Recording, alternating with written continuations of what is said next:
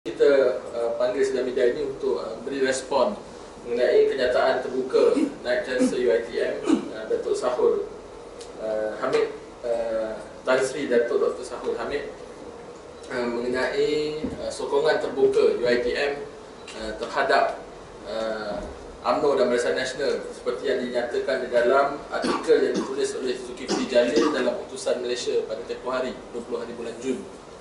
Angkatan Muda Keadilan merasakan kenyataan tersebut sebagai tidak bertanggungjawab, dangkal dan memalukan serta menjatuhkan reputasi UiTM sebagai sebuah institusi pengajian tinggi yang berpengaruh di negara ini. Sebagai seorang ahli akademik yang bertanggungjawab mengetuai pentadbiran dan pengurusan UiTM, Dr. Sahul Hamid tidak sewajarnya mengaitkan nama UiTM dalam menzahirkan dukungan politik beliau terhadap UMNO dan Barisan Nasional.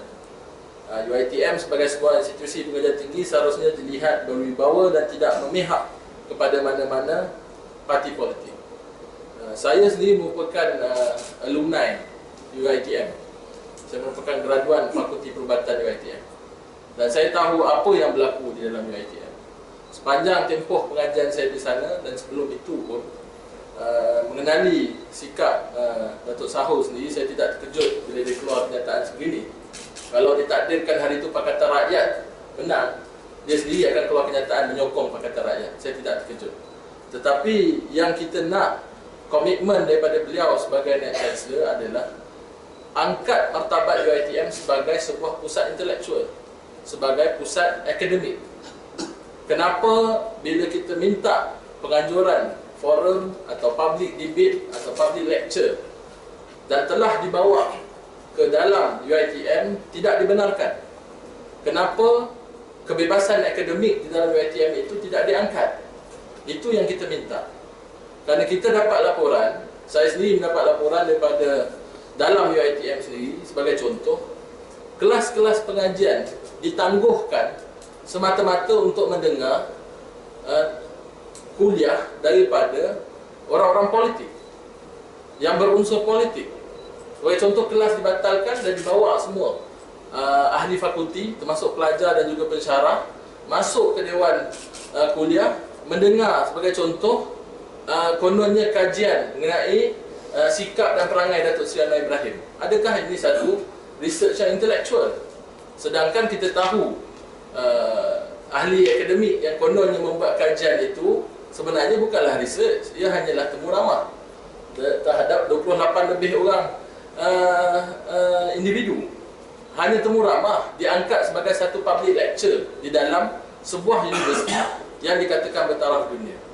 Kita tidak mempersoalkan soal UiTM harus kekal atau tidak sebagai sebuah universiti Bumiputera. Kita faham peranan yang dimainkan oleh UiTM. Tetapi untuk menjadikan UiTM sebagai satu lagi cawangan UMNO atau bahagian UMNO dan Barisan Nasional adalah satu yang tidak wajar. Kerana orang Melayu bukanlah UMNO.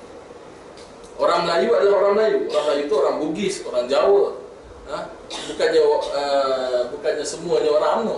Jadi untuk berkata bahawa UiTM itu wujud atas hanya kepentingan UMNO, tidak. UiTM itu wujud kerana kesedaran kepimpinan Melayu dahulu perlu adanya institusi yang mampu memberi pendidikan kepada golongan Melayu rendah ketika itu.